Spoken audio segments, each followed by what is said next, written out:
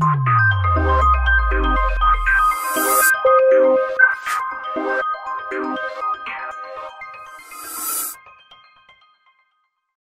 11th mathematics और उसका पहला चैप्टर समुच्चय बड़ा इंटरेस्टिंग और मज़ेदार है और कॉन्सेप्चुअल है। कहने का मतलब ये है कि जो पहला चैप्टर है ना, समुच्चय या सेट्स, इसका यूज हम सेकंड चैप्टर में भी करेंगे। मतलब अगला चैप्टर पढ़ने को मिलेगा आपको संबंध और फलन, रिलेशंस एंड फंक्शंस। जब तक ये चैप्टर समझ में नहीं आएगा तब तक अगला चैप्टर समझ में नहीं आने वाला। कहने का मतलब ये है कि डायरेक्ट एक दूसरे से रिलेशन है। और ऐसा नहीं है कि केवल 11th क्लास की बात कर रहा हूँ मैं, 12th क्लास में जब जाएंगे तो 12th क्लास में भी हमें संबंध और फलन पढ़ना पड़ेगा। तो बेस यही से बनेगा उसका, जब ये बातें समझ में आएगी तभी 12th क्लास का भी आपको संबंध फलन यानी कि रिलेशंस एंड फंक्शंस समझ में आने वाला है। कहने का मतलब स्वाभाविक सी बात है कि इम्पॉर्टेंट इसलिए है क्योंकि आपके दो चैप्टर इसके ऊपर निर्भर करता है और भी बाकी इनडायरेक्ट सब्जेक्ट इसके ऊपर कई सारी चीज़ें ऐसी हम पढ़ेंगे इसमें कि जो दूसरे चैप्टरों में हेल्प करेगा। यदि हम 12th की बात ना करें और आगे की बात करें तो जैसे अगर मान लिया जाए कि आप इंजीनियरिंग करते हैं, हायर स्टडी की अगर बात करें तो इंजीनियरिंग में जैसे कंप्यूटर साइंस हो गया, इलेक्ट्रॉनिक्स हो गया या इलेक्ट्रिकल हो गया या ऐसे जो ब्रांचेज हैं वहाँ पर समुच्चय के बिना काम नहीं होता। कई सारे सब्जेक्ट ऐसे होते हैं कि जहाँ पर समुच्चय की बात की जाती है। और इसके अलावा अगर मैथ्स बैकग्राउंड की अगर बात करें कि अगर आपने मैथ्स में से संबंधित आपने करियर बनाने की कोशिश की तो आप ये मान के चलिए कि समुच्चय से संबंधित कई सारी बुक्स आपको पढ़ना पड़ेगा। ठीक है ना। तो छोटा मोटा चैप्टर नहीं है, बड़ा चैप्टर है समुच्चय। नाम को देखने के बाद में हमें तो ऐसा लगता है कि ये कोई ऐसा नाम नहीं है कि जो हमने पहली बार सुना है। यदि हम बात करेंगे इस संग्रह की, देखिए संग्रह एक शब्द है। संग्रह, संग्रह का नाम कितने बार सुना आपने? कई बार सुना भी है और यूज भी करते हैं आप। ग्रुप या झुंड जिसको बोल सकते हैं, झुंड, या जिसको इंग्लिश में ग्रुप बोला जाता है, ग्रुप, है ना। ग्रुप मैं इसलिए लिख रहा हूँ क्योंकि ग्रुप शब्द का उपयोग कई बार करते हैं कि हमारा ग्रुप ये है, यहाँ पर जानवरों का ग्रुप है, यहाँ पर इसका ग्रुप है, वहाँ पर उसका ग्रुप है। ऐसा कई बार आम भाषा में हम इसका नाम लेते हैं। तो ओवरऑल संग्रह, झुंड या ग्रुप, इसी से बना हुआ है समुच्चय। और किस प्रकार से बना हुआ है तो यहाँ पर हम एक एग्जाम्पल के द्वारा समझते हैं। देखिए मान लिया जाए कि आपको आपके पेरेंट्स ने बोला कि भाई तुम एक काम करो, मार्केट जाओ और कुछ सब्जी लेके आ जाओ।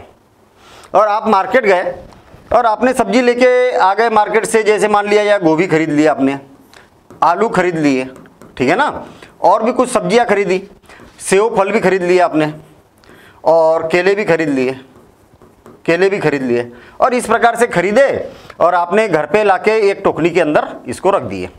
जो फलों की टोकनी है उस फलों की टोकनी में रख दिए।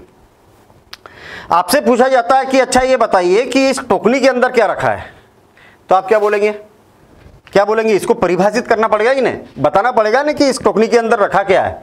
आपने क्या रखा है? गोभी भी रख दी, आलू भी रख दिया, सेब भी रख दिए, केले भी रख दिए। और आपने बोल दिया ये क्या है, इसके अंदर सब्जी रखी है। क्या रखी है? सब्जी रखी है। तो क्या हद तक बात सही है? गोभी सब्जी है, आलू सब्जी है, सेव फल और केले सब्जी नहीं है। लेकिन कुछ हद तक तो आपने सही बोल दिया। क्या अगर आपने फल बोल दिया जाए, इसको फल बोल दिया जाए तो क्या कितने हद तक सही है? तो फल भी रखे इसमें। तो हमने क्या किया, इसको परिभाषित करने की कोशिश की है, लेकिन पूरी तरीके से सही परिभाषित नहीं किया हमने। तो फिर क्या बोलेंगे हम? सब्जी और फल रखे हैं। क्या रखे हैं? सब्जी और फल रखे हैं। सब्जी और फल रखे हुए इसके अंदर। अभी आप देखिए, अब जो बोला है वो एग्जैक्ट बिल्कुल सही बोला है। हमने क्या बोला कि इसके अंदर क्या रखा है? कुछ सब्जियां भी रखी है और फल भी रखे हैं। तो हमने क्या किया, यहां पर बोला सही, यहां पर भी है, कुछ हद तक सही यहां पर भी बोला है, परिभाषित तो किया है। लेकिन प्योर परिभाषित, सुपरिभाषित करना ये आवश्यक है। जब तक सुपरिभाषित नहीं करेंगे तब तक ये क्या रहेगी? संग्रह या झुंड या वस्तु ये रहेगी। और जैसे परिभाषित कर देते तो ये बन जाएगा समुच्चय। क्या बन जाएगा? समुच्चय, या इसको बोला जाता है सेट्स। फिर से और एक बार मान लिया जाए, एक एग्जाम्पल और ले रहा हूं मैं यहाँ पर। देखिए ध्यान देना, इधर आपके पास में कुछ संख्या है, 2, 4, 6, 8, 10 और इस प्रकार से कुछ संख्या है। आपसे मैंने पूछ लिया कि अच्छा ये बताइए ये क्या है, तो आपने क्या बोला, संख्या है। आपने क्या बोला, संख्याएं है। एक बच्चे ने बोला, चलिए ठीक है, अलग अलग बच्चे बैठे हैं और मैंने बोला कि अच्छा ये बताइए ये क्या है, तो एक बच्चे ने क्या बोला, संख्याएं है। क्या सही बोला, बिल्कुल सही बोला, संख्याएं है तो संख्याएं बोला है। अच्छा, किसी ने बोला कि धनात्मक संख्या है, धनात्मक संख्याएं है। क्या उस बच्चे ने सही बोला है क्या, हाँ बिल्कुल सही बोला है, धनात्मक संख्या है। कई बार भी आपको नेगेटिव नंबर से नहीं दिखाई दे रहा है यहाँ पर, यानी कि संख्या धनात्मक है, यानी दोनों बच्चों ने सही बोला है। एक बच्चे ने बोला कि सम संख्याएं है, सम संख्याएं है, इवन नंबर, सम संख्याएं है। अरे इसने भी सही बात बोली है, सम संख्याएं है। एक ने बोला कि सम प्राकृत संख्या है, सम प्राकृत संख्याएं है। सबसे सही किसने बोला और कितना सही बोला? हमें ऐसा सही चाहिए कि ऐसी मीनिंग निकल जाए कि इसके अलावा उसका मीनिंग और कुछ निकल ही नहीं सकता। कहने का मतलब अगर मान लिया जाए कि मैंने आप लोगों से बोला कि अच्छा बच्चों ये एक काम करिए कि आप कुछ संख्याएं लिखिए, इसकी क्या गारंटी है कि सभी लोग ऐसी संख्या लिखेंगे? कोई गारंटी नहीं है। मैंने अगर बच्चों से बोला कि अच्छा एक काम करिए कि कुछ धनात्मक संख्याएं लिखिए, तो इसकी क्या गारंटी है कि ऐसी संख्या लिखेंगे? कोई गारंटी नहीं है। कोई कुछ लिख सकता, कोई कुछ लिख सकता, कोई कुछ लिख सकता है।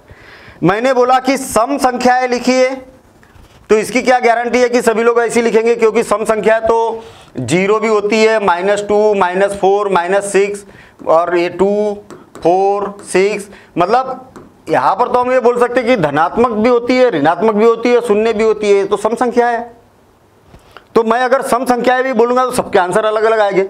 लेकिन अगर मैंने बोला कि सम प्राकृत संख्या लिखिए, सम प्राकृत संख्या, तो आपकी मजबूरी है कि जो मैंने यहाँ पर बोर्ड पर लिखा है यही की यही संख्या लिखेंगे आप, इसके अलावा कोई दूसरा आंसर नहीं हो सकता है।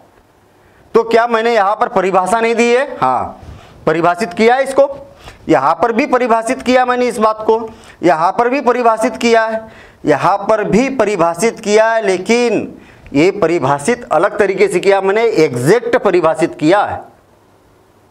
तो क्या बोलेंगे हम इसको परिभाषित नहीं किया मैंने, सुपरिभाषित किया, सुपरिभाषित।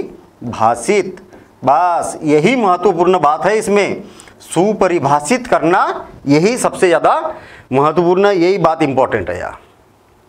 अब ध्यान देना इधर, समुच्चय जो देखा जाए, समुच्चय या सेट्स, इसकी जो शुरुआत हुई थी काफ़ी पहले 19वीं ईस्वी में, इससे पहले भी समुच्चय से संबंधित कुछ बातें की जाती थी, लेकिन वास्तव में जो लॉजिकल बात की, मतलब इसको एक सब्जेक्ट के रूप में जो लाने का श्रेय जाता है, ये सबसे बड़ा श्रेय जॉर्ज केंटर को जाता है, जिन्होंने 1900 सदी में 1845 से लेकर 1918 में इन्होंने समुच्चय के ऊपर काम किया।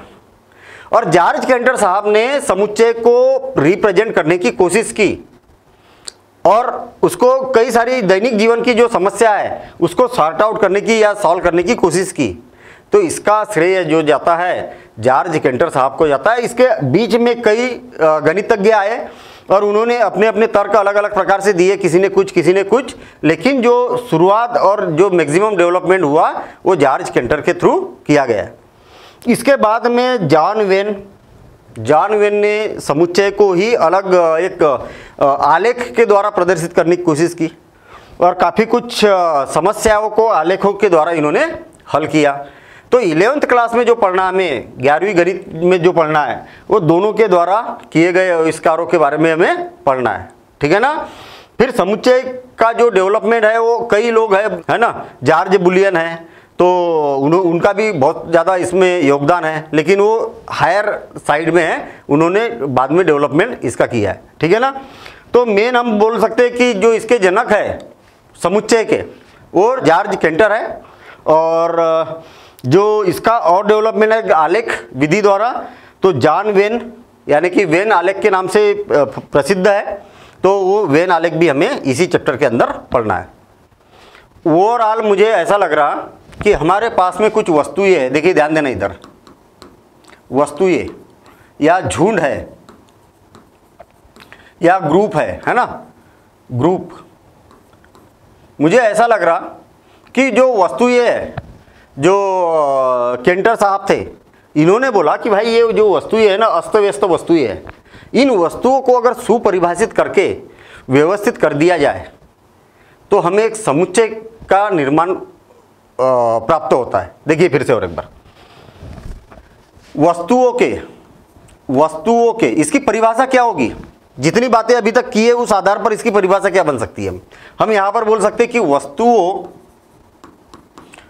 को सुपरिभाषित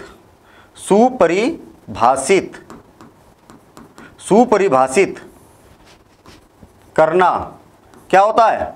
समुच्चय कहलाता है। समुच्चय कहलाता है। आई बात समझ में?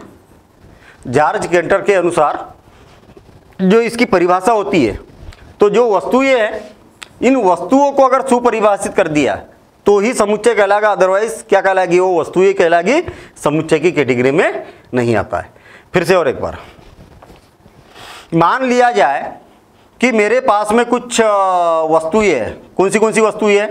2, 4, 6, 8 और 10, 12, 14 और इस प्रकार से 14 तक हमारे पास में कुछ वस्तुएं है। यदि मुझे इसको सुपरिभाषित करना है कि क्या लिखा है मैंने, तो क्या कैसे सुपरिभाषित करूंगा? भाई अभी तो वस्तुएं है, इसको सुपरिभाषित कैसे करूंगा? तो मैं ये बोलूंगा कि भाई सम संख्या है, सम संख्या है बोलूंगा तो काम नहीं बनेगा। क्यों? क्योंकि सम क्या है, यहाँ पर केवल धनात्मक संख्या ही दिखाई दे रही है, ऋणात्मक संख्या नहीं है। तो मुझे बोलना पड़ेगा सम प्राकृत संख्या, सम प्राकृत संख्याएं जो किससे छोटी है? 16 से छोटी है, जो 16 से 16 से छोटी है। मैं अगर मान लिया जाए कि आप लोगों को यहाँ पर अगर 50 बच्चे बैठे हैं और 50 बच्चों को बोलूँ कि बेटा मुझे ऐसी संख्या लिख के बताइए, सम प्राकृत संख्या होना चाहिए हो और 16 से छोटी होना चाहिए, तो प्राकृत बोला इसलिए धनात्मक ही आएगी। सम बोला यानी कि ऐसी संख्या जो 2 से विभाजित होगी, तो ऐसी संख्या मिलेगी।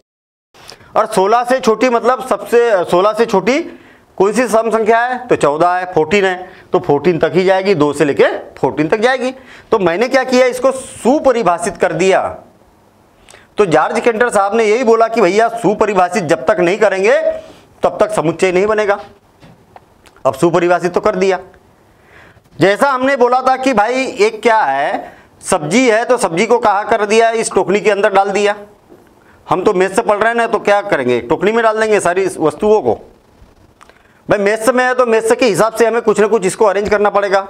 तो जॉर्ज केंटर ने बोला कि ये जो वस्तु ये है जिसको हमने सुपरिभाषित कर दिया, इस सभी को कामा के द्वारा अलग अलग किया जाता है, कामा के द्वारा अलग अलग किया जाता है। आखिरी में कामा लगाने की जरूरत नहीं होगी। मतलब जितने भी अवयव है सभी अवयव के बीच में क्या किया जाता है, कामा लगाया जाता है। ये नियम बन जाएंगे अब इसके लिए, ठीक है ना, समुच्चय के लिए। देखिए हमने क्या बोला, वस्तुओं को सुपरिभाषित कर दिया सुपरिभाषित। और ये जो वस्तुएं है, वस्तुओं को क्या किया जाता है, कामा से सेपरेट कर दिया जाता है। जिस प्रकार वस्तुओं को टोकनी के अंदर रखा जाता है, इसी प्रकार से इन वस्तुओं को क्या किया जाता है, जो समुच्चय बनता है, समुच्चय को एक सर्पाकार कोष्ठक के अंदर बंद कर देना चाहिए। हमारे पास में मैथ्स में कितने कोष्ठक है? हमारे पास में मैथ्स में तो अलग अलग कोष्ठक है। एक छोटा कोष्ठक भी होता है, एक सर्पाकार कोष्ठक भी होता है, एक बड़ा कोष्ठक भी होता है। इसके अलावा एक लाइन ब्रैकेट भी होता है, लाइन कोष्ठक, रेखा कोष्ठक, कई सारे कोष्ठक है। तो किसी भी कोष्ठक का उपयोग नहीं करना है हमें केवल सर्पाकार कोष्ठक का ही प्रयोग करना पड़ेगा और सर्पाकार कोष्ठक में सभी को बंद कर देना पड़ेगा। केंटर साहब ने ये बोला। फिर उसके बाद केंटर साहब का कहना हुआ कि भाई ये वाले तो क्या है, ये अवयव मतलब वस्तु ही है, सारे वस्तुओं को कामा से हमने सेपरेट कर दिया, एक सर्पाकार कोष्ठक के अंदर बंद कर दिया। अब क्या करना चाहिए, ये जो वस्तुएं है इनको अगर हमें प्रदर्शित करना है तो इनको कैसे प्रदर्शित किया जाए? तो केंटर साहब ने बोला कि इसको अंग्रेजी वर्णमाला के छोटे अक्षरों के द्वारा प्रदर्शित किया जाता है। अंग्रेजी वर्णमाला के छोटे अक्षरों द्वारा प्रदर्शित किया जाता है। ठीक है, A B C D E F G H, इस प्रकार से इसको प्रदर्शित किया जाता है। और इसको बोला जाता है अवयव। क्या बोला जाता है? अवयव या सदस्य भी बोला जाता है, सदस्य, या जिसको बोला जाता है एलिमेंट्स। क्या बोला जाता है? एलिमेंट्स, या मेंबर्स भी बोल सकते हैं, मेंबर्स, उसी को इंग्लिश में बोल रहा हूं मैं, मेंबर्स। ठीक है ना, इनके द्वारा इसको प्रदर्शित किया जाता है। कहने का मतलब जितने भी अवयव है इनको अंग्रेजी वर्णमाला के छोटे अक्षरों द्वारा प्रदर्शित किया जाता है। इनको सर्पाकार कोष्ठक के अंदर, ये सारे नियम बनेंगे इसके। अभी आपको लिखने का भी मौका मिलेगा, अभी तो केवल समझ लीजिए, फिर उसके बाद में नोट भी करते हुए चलना आपको। ठीक है ना, इनको सर्पाकार कोष्ठक के अंदर बंद कर दिया जाता है, सबको कामा से सेपरेट कर दिया जाता है, और अंग्रेजी वर्णमाला के छोटे अक्षरों के द्वारा प्रदर्शित किया जाता है। इतनी बातें हम यहाँ पर समझ चुके हैं। ये तो एक परिवार हो गया ना, क्या बन गया? एक परिवार जैसा बन गया कि नहीं? एक समुच्चय बना, और समुच्चय में कुछ अवयव है, ऐसे ही तो हो गए। परिवार है, परिवार के बीच में कुछ अवयव है, तो उस परिवार का नाम भी तो होना चाहिए ना। तो सेम इसी प्रकार से समुच्चय का नाम भी होना चाहिए। तो इसको अंग्रेजी वर्णमाला के कैपिटल लेटर के द्वारा प्रदर्शित किया जाता है। किसको? ये पूरे को अंग्रेजी वर्णमाला के कैपिटल लेटर द्वारा प्रदर्शित किया जाता है।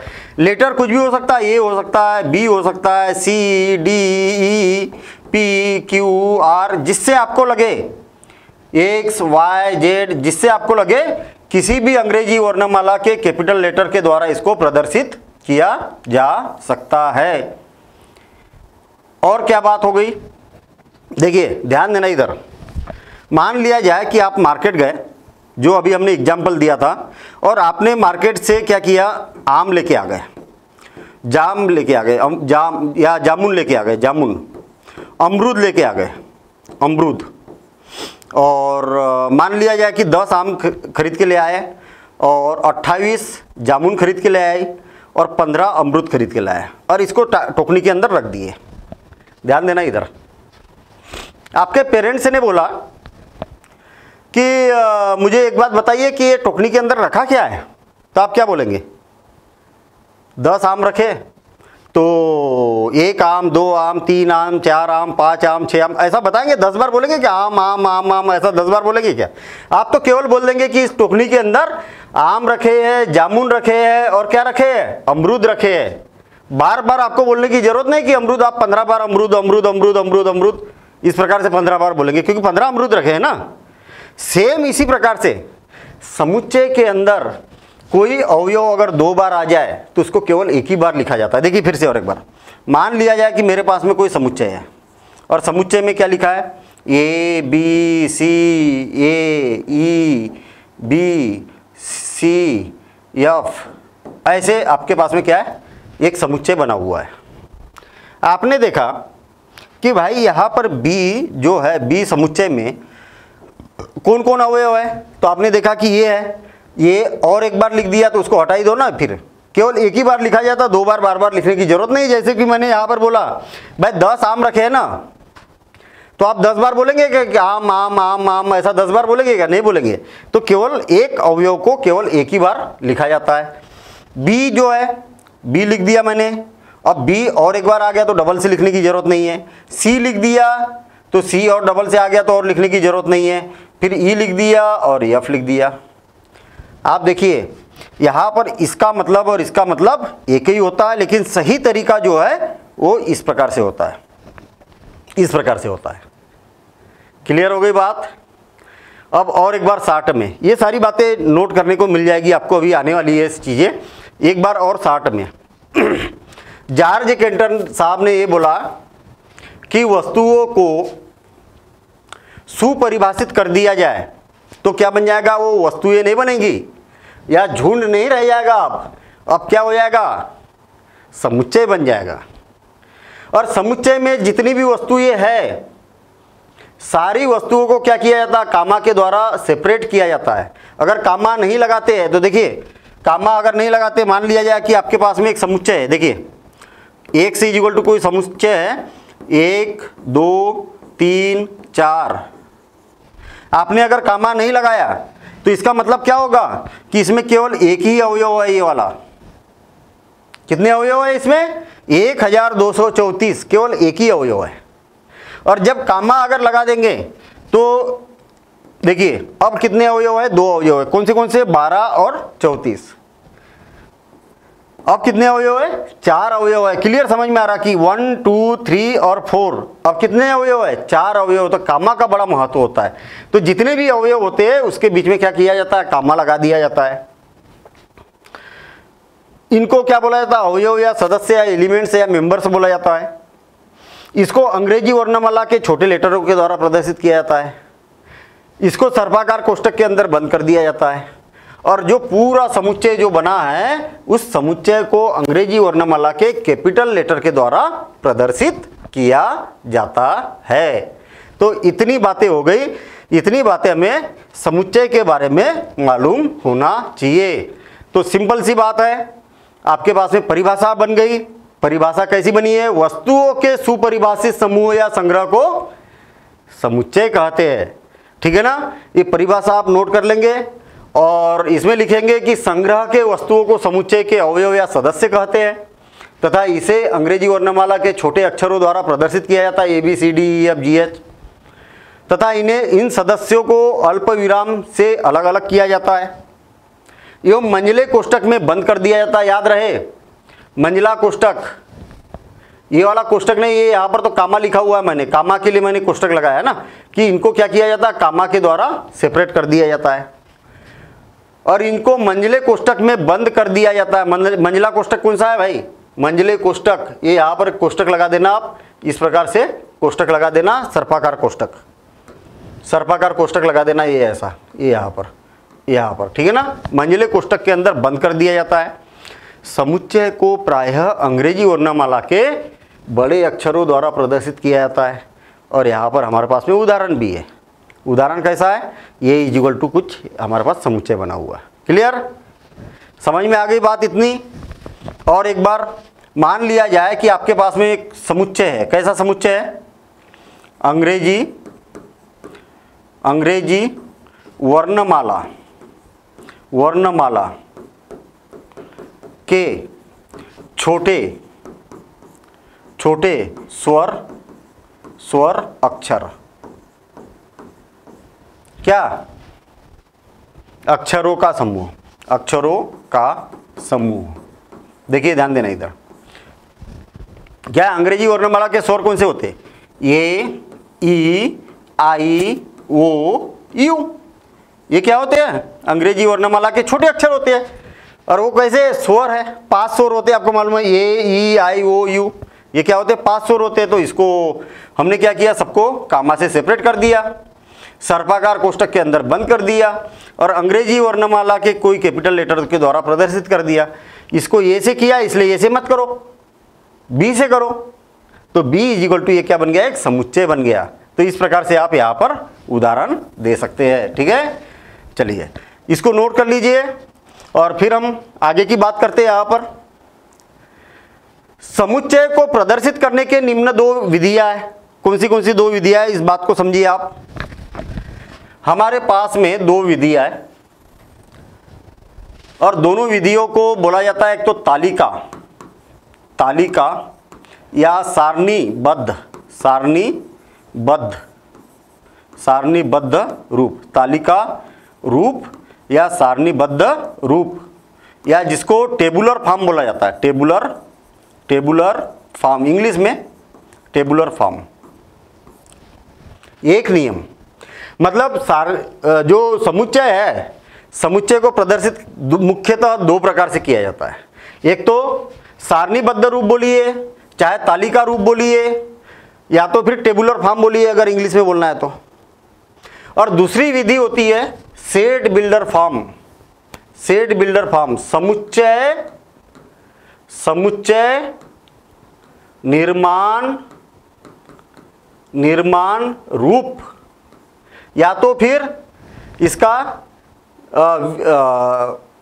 गुण नियम या गुण रूप।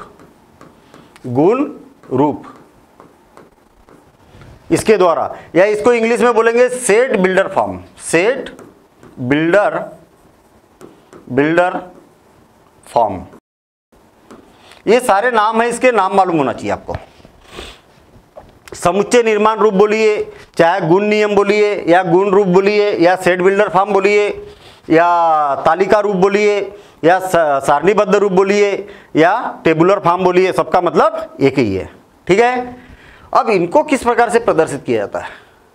तो सिंपल बात, अगर मान लिया जाए कि आपके पास में क्या है, ए ई आई ओ यू, आपके पास में क्या है, अंग्रेजी वर्णमाला के छोटे अक्षरों का स्वरों का समूह।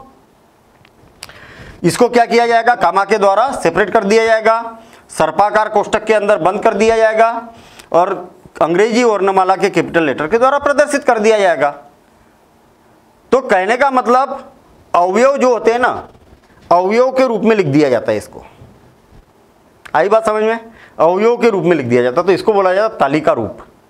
जो हमने इससे पहले देखा ना, हमने इससे पहले देखा कि ये वाला ये सब क्या है, अभी तक जितनी भी बातें हमने समझी ना, ये सब सारणीबद्ध रूप है। समझ में आई बात?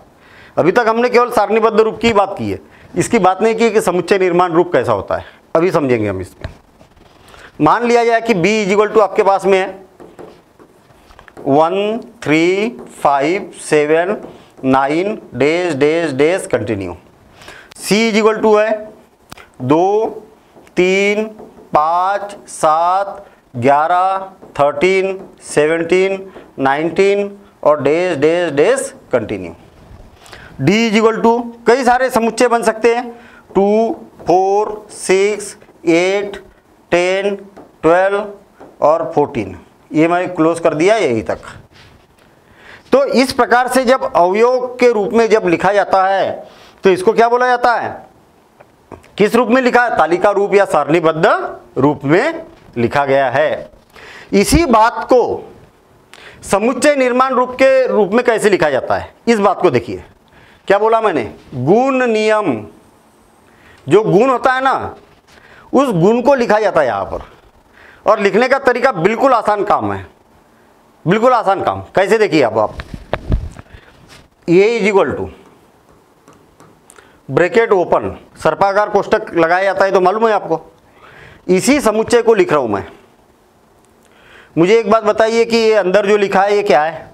अंग्रेजी वर्णमाला के स्वर है, जो छोटे अक्षर है, अंग्रेजी वर्णमाला के छोटे अक्षर है जो कि क्या है? स्वर है। ऐसा है कि नहीं? तो आपको क्या करना है, एक से लिख देना है जैसे कि वैसे। समझ में आई बात? और 2 डॉट लगा देना है, 2 डॉट लगा देना है। और यहां पर फिर एक्स का मतलब क्या है, क्या है एक्स का, इसका गुण क्या है, तो इसका गुण लिखना है आपको। तो यहां पर लिखेंगे एक्स क्या है? अंग्रेजी वर्णमाला के छोटे अक्षर जो क्या है? स्वर है। देखिए, मैंने अगर आपसे बोला कि अच्छा अंग्रेजी वर्णमाला के छोटे अक्षर जो कि स्वर है वो लिख के बताइए, तो आप ऐसे ही लिखेंगे कि और कुछ लिख देंगे और कोई आ जाएगा इसमें, बी डी ई आ जाएगा क्या? इसमें नहीं आएगा। जो 5 स्वर है, 5 स्वर की बात की है तो यही का यही समुच्चय बनेगा, इसमें कोई चेंज नहीं आएगा। अच्छा, b इज इक्वल टू, मुझे ये बताइए कि अगर मुझे इसको लिखना है तो कैसे लिखूंगा? तो ये जो संख्याएं दिखाई दे रही कैसी दिखाई दे रही? विषम संख्या है ना, 1 3 5 7 9 विषम है, लेकिन ऋणात्मक है क्या? नहीं, धनात्मक ही है। धनात्मक कौन सी? प्राकृत संख्या है। कहाँ तक है? तो डैश डैश लगाया मतलब अनंत तक है। तो अनंत लिखने की जरूरत नहीं, आप विषम संख्या लिख सकते हैं, आप प्राकृत विषम संख्या। तो आपको क्या करना पड़ेगा? सिंपल सी बात, एक से तो लिखना ही लिखना है, सचदेट लिखना ही लिखना है, और फिर आपको यहाँ इसका गुण लिखना है। देखिए ना, गुण नियम है ही ना, तो इसका गुण लिखना है। तो हम बोलेंगे कि एक्स विषम संख्या है। क्या है? विषम प्राकृत। प्राकृत लिख दिया तो धनात्मक हो जाएगी ना, क्योंकि प्राकृत क्या है? ऋणात्मक नहीं होती है, इसलिए विषम प्राकृत संख्या ए है। तो इस प्रकार से आपने क्या कर दिया? गुण लिख दिया। और ब्रैकेट क्लोज कर दिया। तो कहने का मतलब हमारा यहाँ पर ये हो गया कि ये और ये क्या है, दोनों एक जैसे है, दोनों का मतलब क्या है, दोनों की मीनिंग एक ही है, बस लिखने के तरीके अलग है। तो ऐसा लिखेंगे तो सारणीबद्ध रूप हो जाएगा और ऐसा लिखेंगे तो समुच्चय निर्माण रूप हो जाएगा। अगली जो प्रश्नावली आने वाली है ना, उसमें आपको कितने प्रकार के क्वेश्चन रहेंगे। एक तो रहेगा कि समुच्चय को पहचानिए कि ये समुच्चय है या नहीं है, पहला क्वेश्चन, ठीक है ना। दूसरा क्वेश्चन रहेगा कि एक क्वेश्चन दे दिया जाएगा, तालिका रूप में दिया रहेगा तो आपको समुच्चय निर्माण रूप में बदलना है। समुच्चय निर्माण रूप में दिया जाएगा तो आपको तालिका रूप में बदलना है। हो गए क्वेश्चन, ठीक है ना, बस यही क्वेश्चन मिलना है। और एक क्वेश्चन मिलेगा कि बिलोंग्स टू और नॉट बिलोंग्स टू का उपयोग कैसे किया जाता है, उसके बारे में भी यहाँ पर हम डिस्कशन करेंगे। मेरा कहने का मतलब ये है कि आप बेसिक समझ लीजिए ना, इस आधार पर आपकी पूरी प्रश्नावली बन जाना चाहिए। आपसे पूरी प्रश्नावली अगर बन गई ना तो आप ये मान के चलिए कि आपको बेसिक समझ में आ गया, और प्रश्नावली नहीं बनी तो फिर से बेसिक को पढ़ने की जरूरत है, ये मान के चलिए आप, ठीक है ना। तो बेसिक इतना स्ट्रांग होना चाहिए कि आपकी उस आधार पर प्रश्नावली बन जाए। और जरूरी नहीं कि एनसीईआरटी की बने, चाहे आप कोई भी बुक हो, आर.डी. शर्मा हो, चाहे आर.एस. अग्रवाल हो, चाहे के.सी. सिन्हा हो, चाहे मनोहर रे हो, चाहे कोई भी बुक हो, सारी बुक्स आपकी, सारी बुक के क्वेश्चन आपसे बन जाना चाहिए। देखिए यहाँ पर क्या बोला है, इन संख्याओं को देख के कुछ पहचान में आ रही क्या ये संख्या है, 2, 3, 5, 7, 11, 13, 17, 19, ये अभाज्य संख्या है। कैसी संख्या है, अभाज्य संख्या। कहाँ तक, डेश डेश डेश लगाए मतलब अनंत तक है।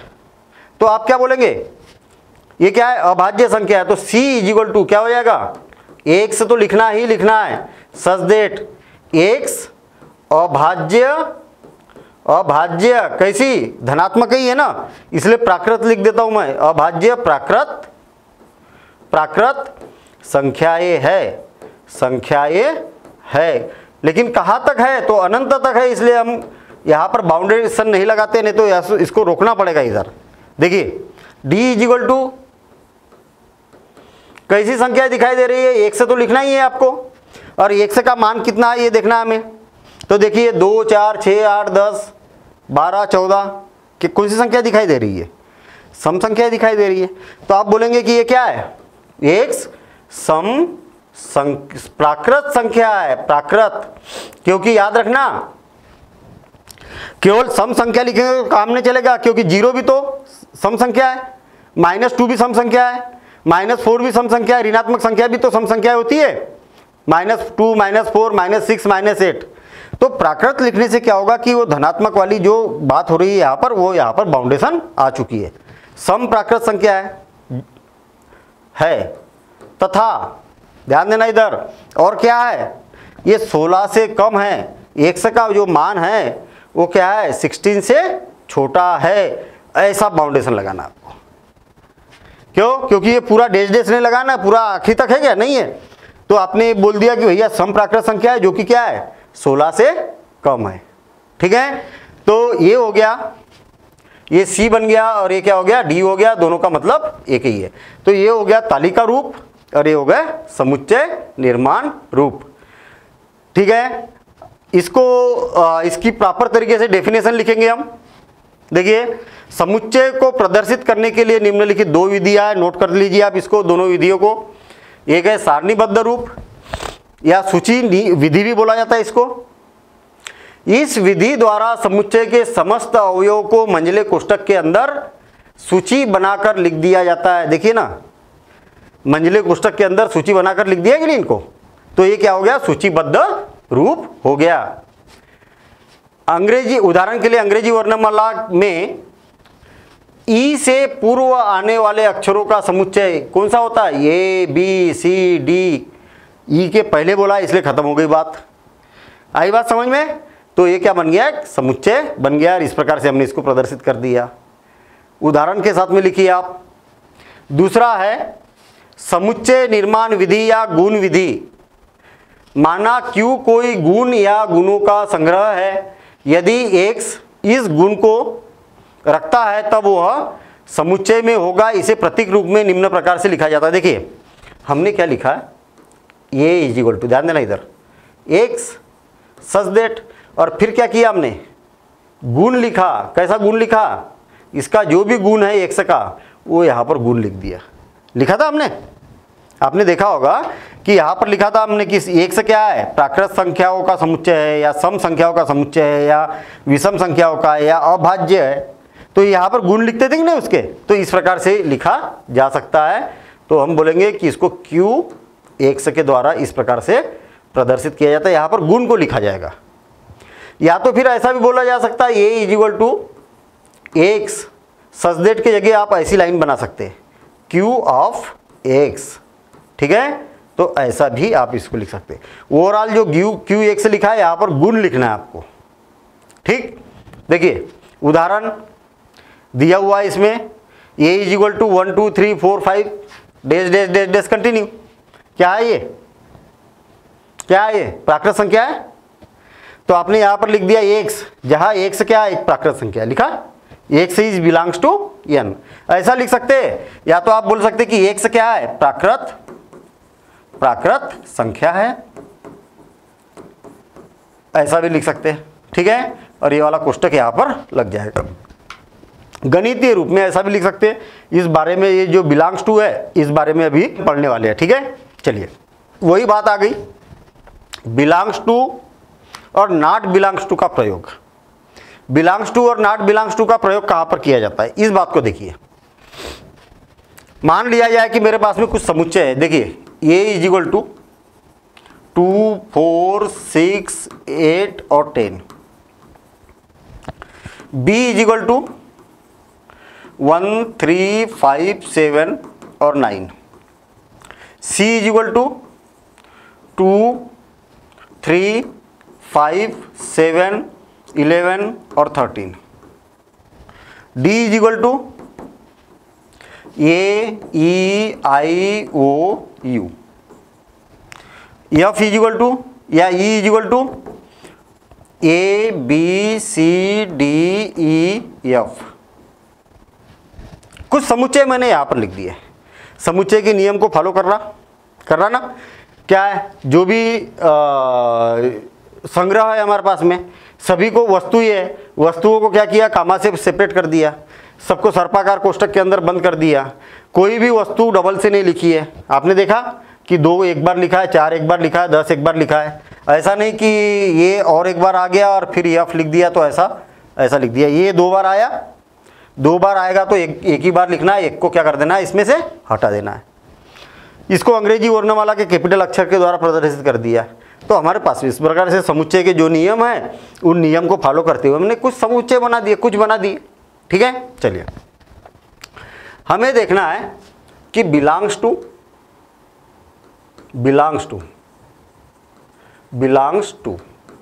और नॉट बिलोंग्स टू, ये 2 का अर्थ क्या होता है। देखिए C बनाइए और ऐसा कर दिए, ऐसा मत बनाना। कई बार बच्चे ऐसा बना देते हैं, इसकी मीनिंग अलग होती है, ठीक है ना। ये इसकी मीनिंग अलग है, इसकी मीनिंग अलग है। तो आपको ऐसा बनाना, ये वाला तरीका सही होता है, ये वाला तरीका गलत होता है, ठीक है ना। ऐसा नहीं बनाना कभी भी। चलिए इसका उपयोग कैसे किया जाता है। पहले लिखा जाता है अवयव, और फिर लिखा जाता समुच्चय के नाम को लिखा जाता है, और बीच में लगाया जाता है ये वाला चिन्ह, ये वाला या ये वाला, जो भी लगाना है आपको। याद रखना नियम, पहले अवयव को ही लिखना है और फिर उसके बाद में समुच्चय को ही लिखना है। आप अगर पहले समुच्चय को लिख देंगे और फिर बाद में अवयव को लिखेंगे तो गलत बात हो जाएगी। ये तरीका नहीं होता। जो नियम है, नियम के को फॉलो करना है। ये क्या बताता है, ये वाला अवयव इस समुच्चय में है या नहीं है, इस बात को बताता है। इस बात को प्रदर्शित करने के लिए इसका उपयोग किया जाता है। जैसे देखिए A is belongs to D, आपको ये देखना पड़ेगा कि अवयव A D में है क्या, अवयव A D में है क्या। तो देखिए D समुच्चय कहाँ पर है, ये वाला है, इसके अंदर ये है क्या, हाँ है ना ये। तो ऐसा लिख सकते हैं आप। अगर मैंने लिखा कि 3 इज बिलोंग्स टू A के अंदर 3 है क्या, ये समुच्चय है, समुच्चय A के अंदर 3 अवयव है क्या। देखिए A के अंदर 3 दिखाई दे रहा है क्या कहीं पर, तो फिर क्या बोलना पड़ेगा आपको, not belongs to. 3 is not belongs to A. आई बात समझ में? अब मुझे एक बात बताना कि सही लिखा है या गलत लिखा।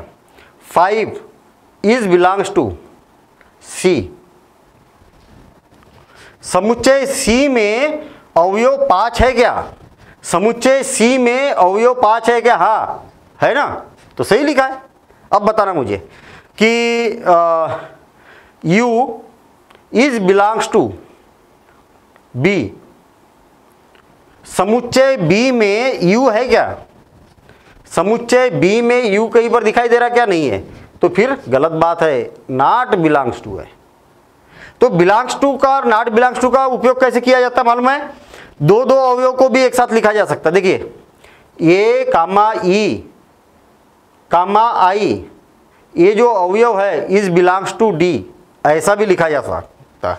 देखिए ए ई आई डी में है क्या? हाँ है ना, डी में, ए ई आई डी में है, तो सही लिखा है। अच्छा अब बताइएगा, E is belongs to B है क्या? बी ई में है क्या? हाँ है ना, बी ई में है, तो सही है या गलत है? सही लिखा कि गलत लिखा है बताइए जरा फटाफट। भाई मैंने बोला कि E is belongs to B, जो बी अवयव है वो ई समुच्चय में है क्या? हाँ है ना, बी अवयव ई समुच्चय में है, तो सही लिखा कि गलत लिखा? आप बोल लिखा है, कुछ लोग बोलेंगे गलत लिखा है। क्यों गलत लिखा है भाई? हमेशा याद रहे कि लेफ्ट हैंड साइड में अवयव को लिखा जाता है, राइट हैंड साइड में समुच्चय को लिखा जाता है। आपने तो यहाँ उल्टा काम कर दिया, उल्टा काम कर दिया, इधर समुच्चय को लिख दिया, इधर अवयव को लिख दिया, तो बिल्कुल गलत बात है, ऐसा नहीं लिख सकते आप। लेफ्ट हैंड साइड में समुच्चय को नहीं लिखा जा सकता, समुच्चय को हमेशा राइट हैंड साइड में ही लिखा जाता है, और लेफ्ट हैंड साइड में जो चिन्ह है उसके लेफ्ट हैंड साइड में अवयव को लिखा जाता है। तो मेरे ख्याल से इफ साइलेंस और इसका प्रयोग करते आ जाना चाहिए। तो हम यहाँ पर लिखेंगे कि इसका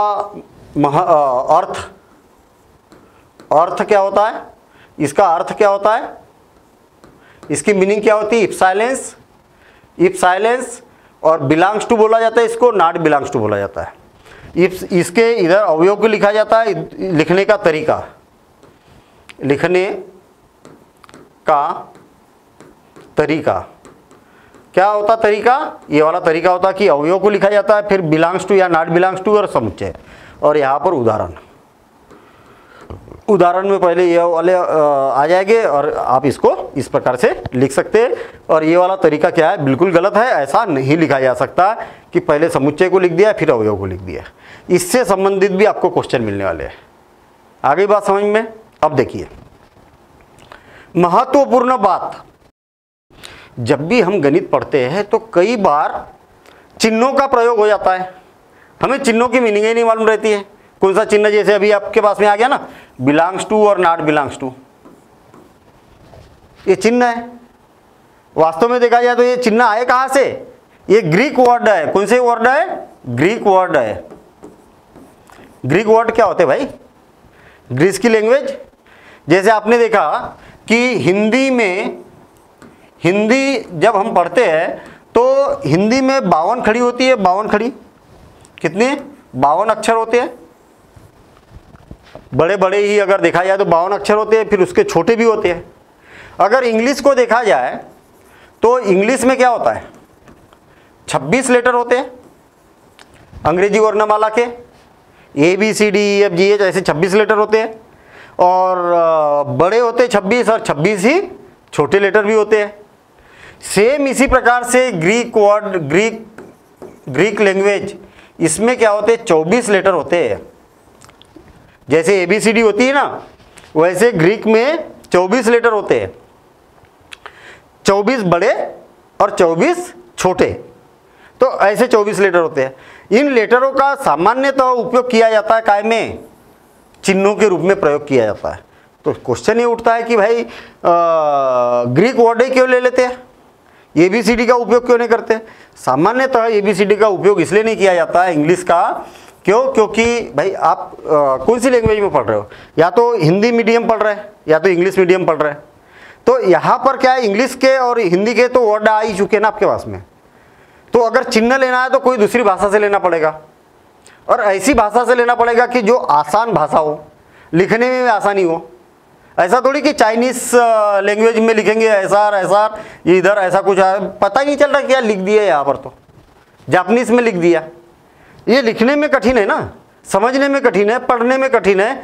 ग्रीक वर्ड जो होते हैं ना, ये बड़े आसान शब्द होते हैं, जैसे alpha, beta, gamma, lambda, delta, काई, छाई, झाई, थीटा, ईटा, नीटा, टाउ, ये ओमेक्रॉन, ये सारे क्या है, ग्रीक वर्ड है ये, और इनको क्या चिन्हों के रूप में कई बार प्रयोग किया जाता है। तो ये बात याद रहे कि ग्रीक वर्डों को इसलिए लिया जाता है क्योंकि लिखने में, बोलने में, समझने में ये क्या होते हैं, आसान होते हैं, ठीक है ना, और होते भी बड़े सिंपल से।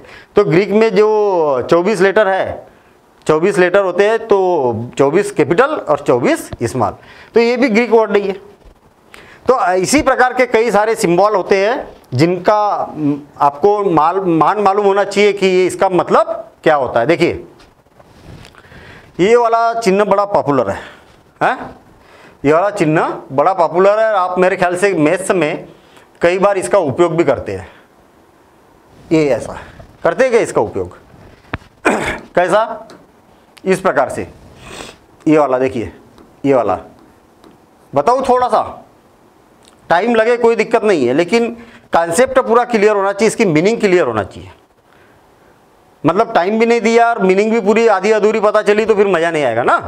तो एक एक चीज़ की मीनिंग समझते हुए चलिए कि किसका उपयोग कब किया जाता है। इंगित करता है यानी कि इसकी ओर इशारा करता है, ठीक है ना, इशारा करने के लिए इसका उपयोग किया जाता है। आपने देखा भी होगा गणित में, जैसे मान लिया जाए x² plus 3x plus 2 is equal to 0, अगली स्टेप आएगी तो x² plus 2x plus x plus 2 is equal to 0। 3x को मैंने ब्रेक कर दिया, दोनों में से x को कॉमन निकाल दिया तो x प्लस 2, इसमें से दोनों में से प्लस 1 को कॉमन निकाल दिया तो x plus 2 is equal to 0, दोनों में से फिर x प्लस 2 को कॉमन निकाल दिया तो क्या हो गया, x plus 1 is equal to 0।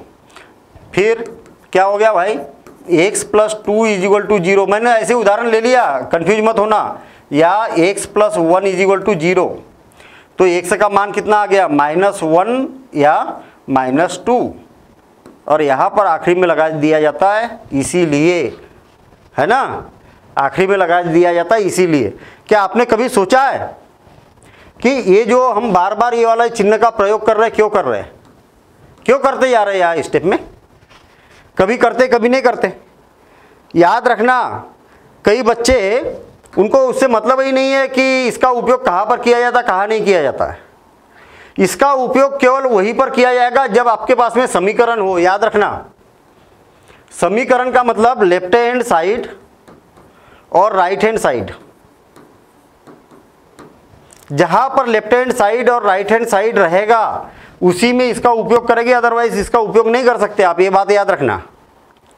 इसका शाब्दिक अर्थ जो होता है ना, इसकी जो वास्तव में मीनिंग होती है, क्या होती है, यदि, तब या तो, और फिर कथन। देखिए, यदि खाना बनेगा तब मैं खाऊंगा, क्या खाऊंगा, खाना खाऊंगा। क्या किया मैंने, यदि तो का उपयोग किया, इस चिन्ह का प्रयोग किया मैंने, किस चिन्ह का, इस चिन्ह का उपयोग किया। इसका मतलब होता है यदि तो, यदि तो, यदि खाना बनेगा तब मैं खाना खाऊंगा। अगर खाना बनेगा ही नहीं तो मैं कहां से खाऊंगा। कहने का मतलब ये वाली घटना होगी ना तभी ये घटना घटित होगी, अगर ये घटना नहीं हुई तो ये घटना घटित नहीं होगी। खाना नहीं, इसकी मीनिंग क्या है, यदि खाना बनेगा तब मैं खाना खाऊंगा, यदि खाना नहीं बनेगा तो कहां से खाऊंगा, नहीं खाऊंगा। तो सब कुछ निर्भर इसके ऊपर करता है। तो इसमें मुख्य जो कथन होता है, प्रिंसिपल हेड, वो ये वाला कथन होता है। ये बात याद रखना, ठीक है, जीवन भर। जब भी आप ये वाला चिन्ह लगाते हैं ना, तो आपने क्या लिखा मालूम है? यदि कुछ कथन तब ये कथन। ये वास्तव में देखना, यदि इसके इक्वल टू ये तब ये, आगे बढ़ने के लिए ये वाले इसका उपयोग किया जाता है। यदि इसके बराबर से ये तब ये, आगे बढ़ा दिया। यदि इसके बराबर से ये तब आगे बढ़ गए हम। यदि इसके बराबर से ये तब आगे बढ़ गए। अब आगे बढ़ने की जरूरत है क्या? ये आखिरी स्टेप है ना, इसीलिए इस इम्प्लाइज का उपयोग यहाँ पर नहीं किया जाता, इसलिए का उपयोग यहाँ पर किया जाता है। आई बात समझ में? इसका जो प्रयोग किया जाता है वो इंगित करने के लिए किया जाता है, ठीक है ना, आगे बढ़ाने के लिए किया जाता है। और इसका उपयोग डबल इम्प्लाइज, ये लिखा हुआ है डबल इम्प्लाइज, ये इंगित करता है एवं इंगित होता है।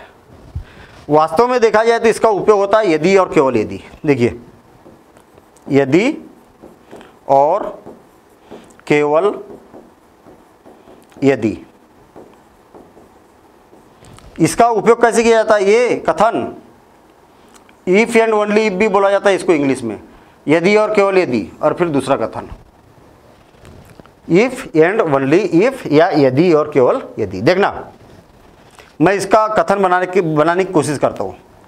मैं खाना खाऊंगा यदि और केवल यदि खाना बनेगा। इसमें क्या होता है मालूम है? इसमें जो दूसरा कथन होता है ना, ये वाला, ये महत्वपूर्ण कथन होता है। भाई मैं खाना खाऊंगा यदि और केवल यदि खाना बनेगा। जो बाद वाला कथन है ना, वो प्रिंसिपल कथन होता है। ऐसा नहीं होगा तो फिर ऐसा नहीं होगा, और ये इसमें क्या होता है? ऐसा होगा तब ऐसा होगा। तो दोनों में अंतर समझ में आ गई बात? यदि तो तब का मतलब ये महत्वपूर्ण है, ये घटना होगी तभी ये होगी, नहीं तो ये वाली घटना नहीं होगी। और यदि और केवल यदि में ये घटना घटेगी तब ये घटना होगी, नहीं तो नहीं होगी, ऐसा इसका मतलब है।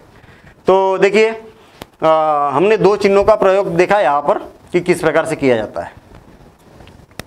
एक होता है सच दैट, इसका चिन्ह होता है ये ऐसा, अभी हमने उपयोग भी किया था इसका। क्या होता है? जबकि।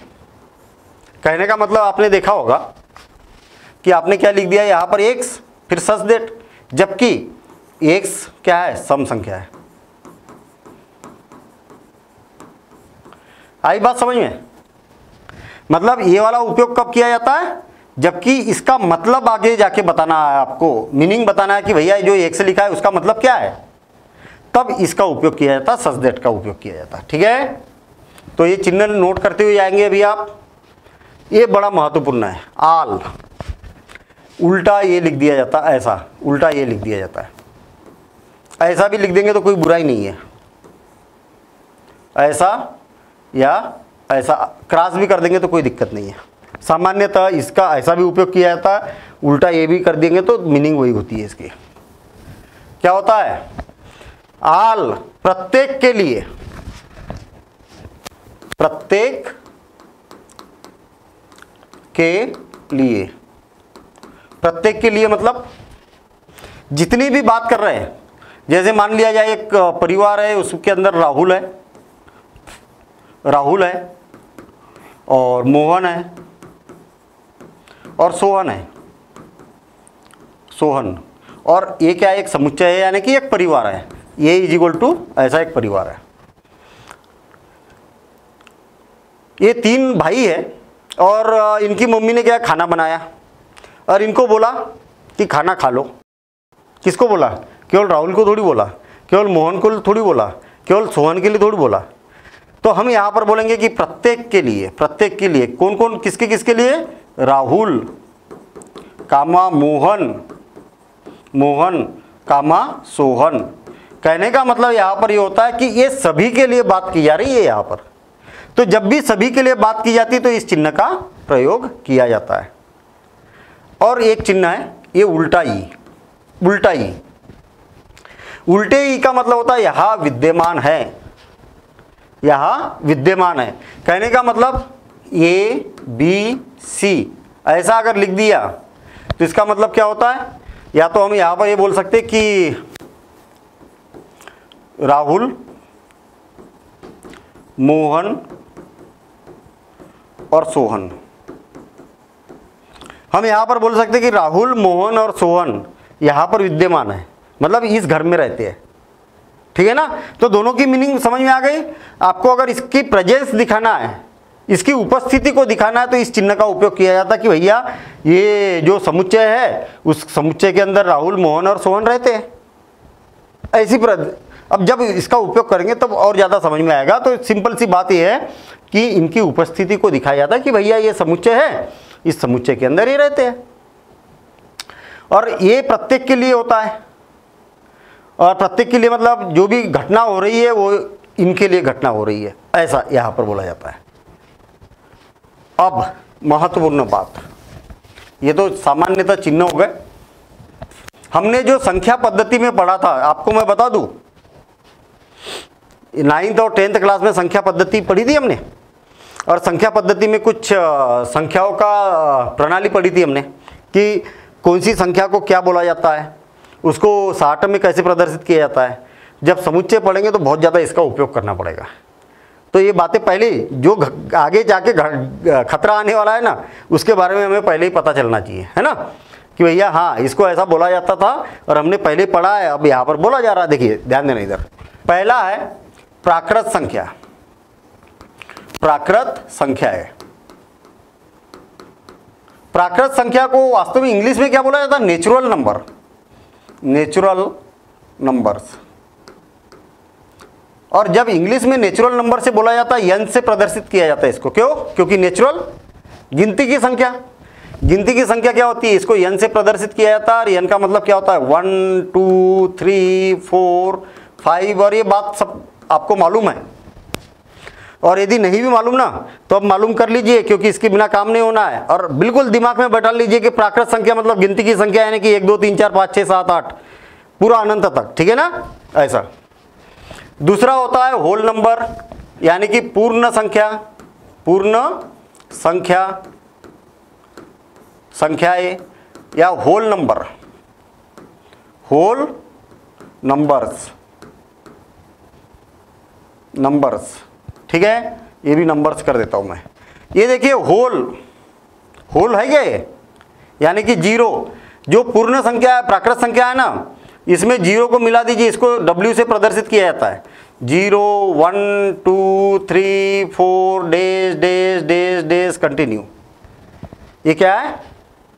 पूर्ण संख्या है। अच्छा, इसके अलावा तीसरा है पूर्णांक। पूर्णांक, पूरा पूरा अंक, पूर्णांक, यानी कि पूरा पूरा अंक, यानी कि संख्या, पूरी पूरी संख्या। जो पूरी पूरी संख्या रहेगी उसको पूर्णांक बोला जाता है, चाहे धनात्मक हो चाहे ऋणात्मक हो। आधी अधूरी संख्या नहीं होना चाहिए। 3.5 ये पूरी पूरी थोड़ी है, आधी अधूरी है, 3.5, 3.5, 3 और आधी, तो ये पूरी संख्या नहीं है। दशमलव या इसके भिन्न के रूप में नहीं होना चाहिए। धनात्मक ऋणात्मक सारी संख्याएं हो सकती है। इसको इंग्लिश में बोला जाता है इंटीजर्स। इंटीजर्स, ठीक है। तो इसको I से भी प्रदर्शित किया जाता है या Z से प्रदर्शित किया जाता है। और क्या होती है? 0 1 2 3 डैश डैश डैश, -1 -2 -3। क्यों बता रहा हूं मैं ये? क्योंकि इसका उपयोग बहुत ज़्यादा किया जाएगा। तो दिमाग में बिल्कुल बैठा लीजिए आप इसको कि भैया पूर्णांक, पूरा पूरा अंक, पूर्णांक। पूर्ण, होल, होल यानी कि इसमें जीरो शामिल होता है। प्राकृत यानी कि गिनती की संख्या, ऐसा याद रखिए आप इसको। इसके बाद में होता है परिमेय संख्या। चौथा परिमेय संख्या। परिमेय संख्या है। परिमेय संख्या क्या होती है? परिमेय संख्या क्या होती है? ऐसी संख्या है जिसको P/Q के रूप में प्रदर्शित किया जा सकता है, जहां पर Q is not equal to 0 तथा, अच्छा इसको हाँ रेशनल नंबर बोला जाता है, ठीक है ना। और P Q जो है ये क्या है, पूर्णांक है, पूर्णांक।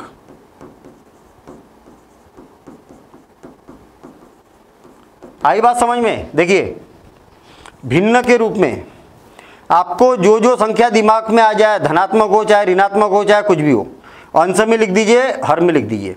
5 - 3 ये भी पूर्णांक है। देखिए धनात्मक हो सकता है, ऋणात्मक हो सकता है, ये भी पूर्णांक है।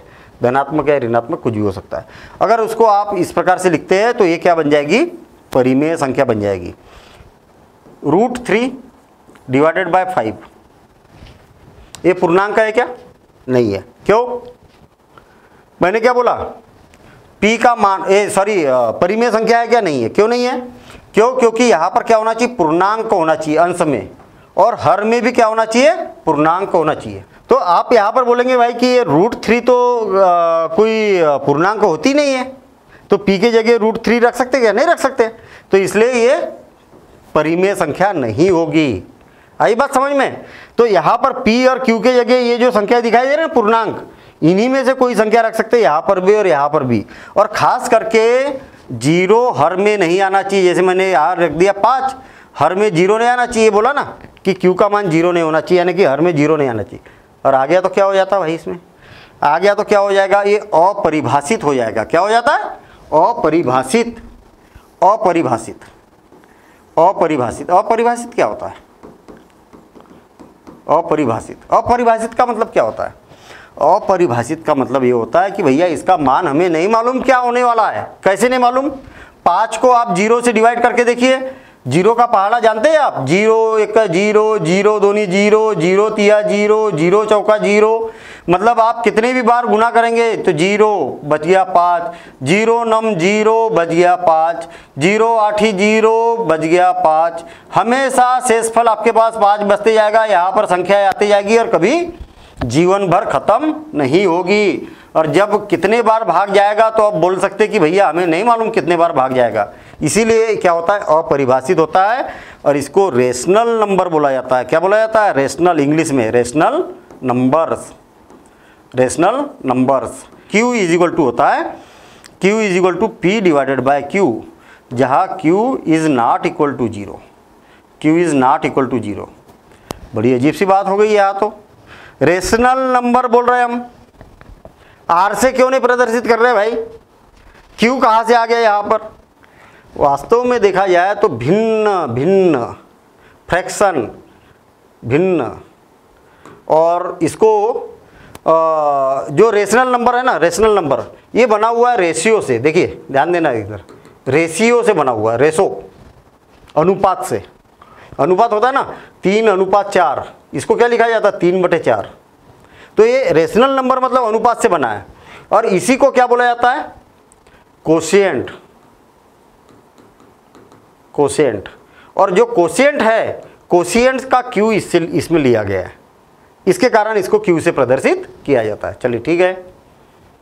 अब परिमेय हो गया, अब अपरिमेय। अपरिमेय संख्याएं, संख्याएं, irrational number, irrational numbers, numbers. आई बात समझ में? इरेशनल नंबर को प्रदर्शित किया जाता है IR से। और IR का मतलब क्या होता है? ऐसी संख्या जिसे P / Q के रूप में प्रदर्शित नहीं किया जाता है, के रूप में नहीं लिख सकते, नहीं लिख सकते। जहां P तथा Q क्या है? पूर्णांक है, वह Q is not equal to 0। बड़ी अजीब सी बात कर दी भाई यहाँ पर। क्या बोल रहे हैं हम? इस बात को समझिए जरा और एक बार, ठीक है? क्या बोल रहे हैं इस बात को समझिए आप। इसको इधर कर देता हूँ मैं, जगह की ज़रूरत है हमें। जिसको P / Q के रूप में नहीं लिख सकते, मान लिया जाए कि √7 है / √3 है, लिख तो दिया ना। P के जगह √7 लिख दिया और Q के जगह √3 लिख दिया। तो ये क्या है? परिमेय संख्या हो जाएगी क्या? P / Q के रूप में तो लिख दिया, नहीं लिखा आपने, नहीं लिख पाए। क्यों नहीं लिखा? √7 और √3 P divided by Q, P और Q के जगह क्या लिखा जा सकता? केवल ये वाली संख्या, पूर्णांक संख्या। कहीं पर ऐसी संख्या दिखाई दे रही है क्या पूर्णांक में? नहीं दिखाई दे रही है, तो ये परिमेय संख्या हो जाएगी। आई बात समझ में?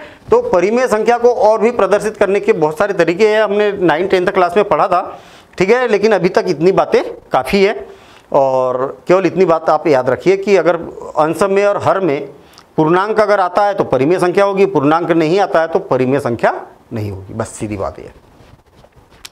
अब देखिए, वास्तविक संख्या है, वास्तविक संख्या है जिसको बोला जाता है रियल नंबर्स, रियल नंबर्स। इसको R से प्रदर्शित किया जाता है, R से प्रदर्शित किया जाता है। मतलब सभी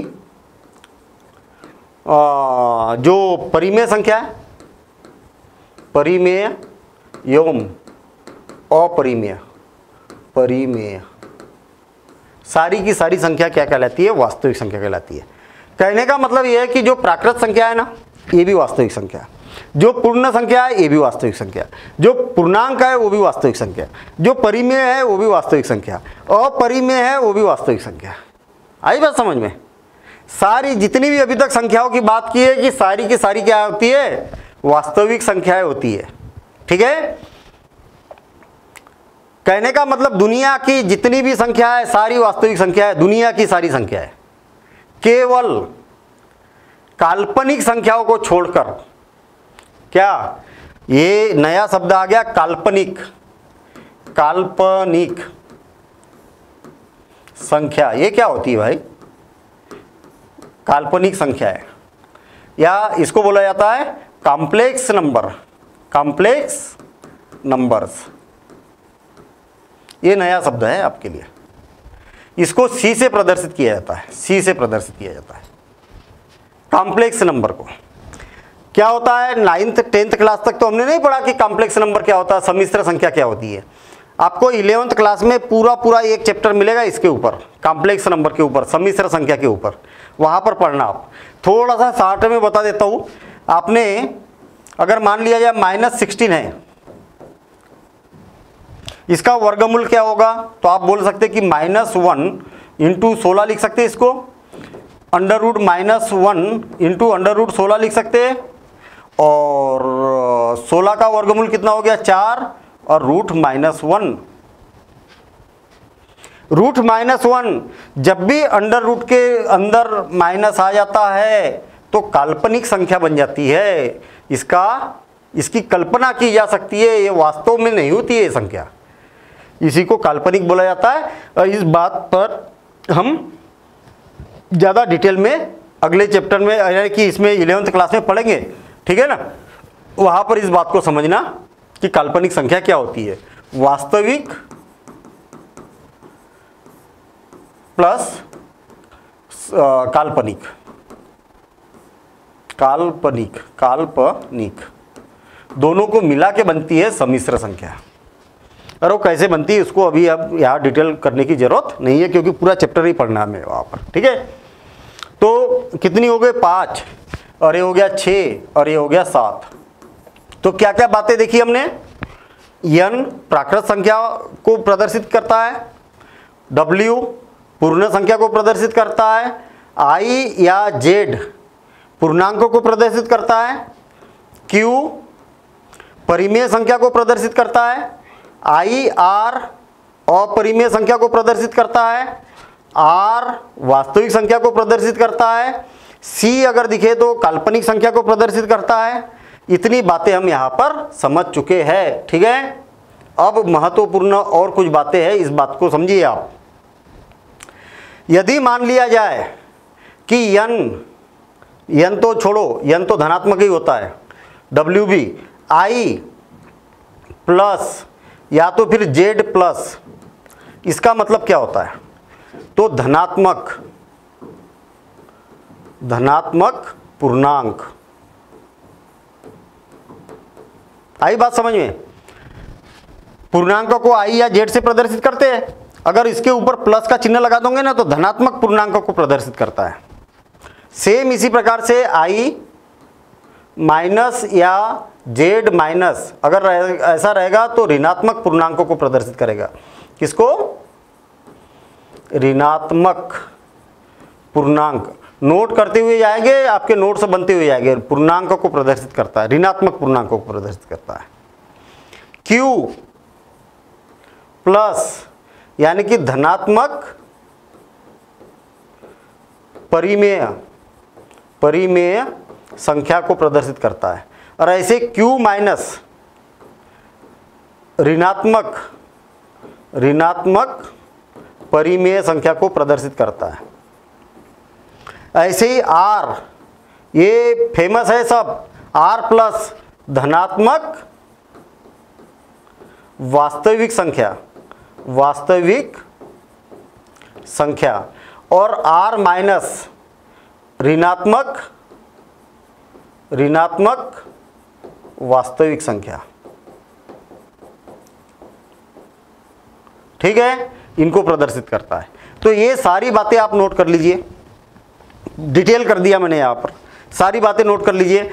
तो अब याद रखना, जब भी आपको R प्लस दिखे तो आप समझ जाना कि भैया धनात्मक वास्तविक संख्याओं की बात की जा रही है। R माइनस दिखा यानी कि ऋणात्मक वास्तविक संख्याओं की बात की जा रही।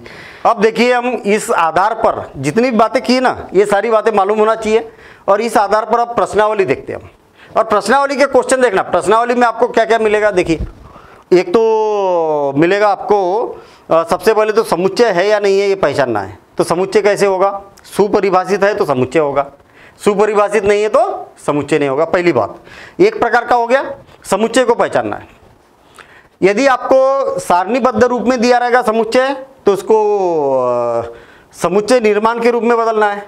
समुच्चय निर्माण में दिया रहेगा तो उसको सारणीबद्ध रूप में बदलना है। 2 क्वेश्चन हो गए। इसके बाद में कोई अवयव उस समुच्चय में है या नहीं है, बिलोंग्स टू या नॉट बिलोंग्स टू, ऐसा भी क्वेश्चन दे दिया जाता है। तो ये इस आधार पर हमें क्वेश्चन मिलने वाले प्रश्नावली में। मैं आपको बता दूं कि सारे क्वेश्चन आपसे बनना चाहिए, क्योंकि जो बेसिक हमने पढ़ा ना उस आधार पर पूरे क्वेश्चन बन जाना चाहिए। और ये जो सिंबल जो यूज़ किए हमने, इसका भी अब किस प्रकार से उपयोग करते हैं ये भी बातें हम प्रश्नावली में देखते हुए चलेंगे। तो देखते हैं हम एनसीईआरटी की प्रश्नावली। मैं आपको बता दूं कि एनसीईआरटी की ही ऐसा नहीं कि बेसिक जो कराया ना, इस आधार पर आपका आर.डी. शर्मा हो, चाहे के.सी. सिन्हा हो, चाहे आर.एस. अग्रवाल हो, चाहे मनोहर रे हो, चाहे कोई भी बुक हो, चाहे एनसीईआरटी हो, सारे क्वेश्चन बनना चाहिए। ठीक है ना। अभी हम एनसीईआरटी के क्वेश्चन करते फिर एडवांस भी करेंगे, इसका एडवांस रूप भी करेंगे। ठीक है ना। जैसे कुछ क्वेश्चन ऐसे है कि जो एनसीईआरटी में कवर नहीं हुए तो फिर वो एडवांस एक्सरसाइज में आपको देखना रहेगा, तो वहाँ पर वो कवर हो जाएगी। देखते हैं हम प्रश्नावली।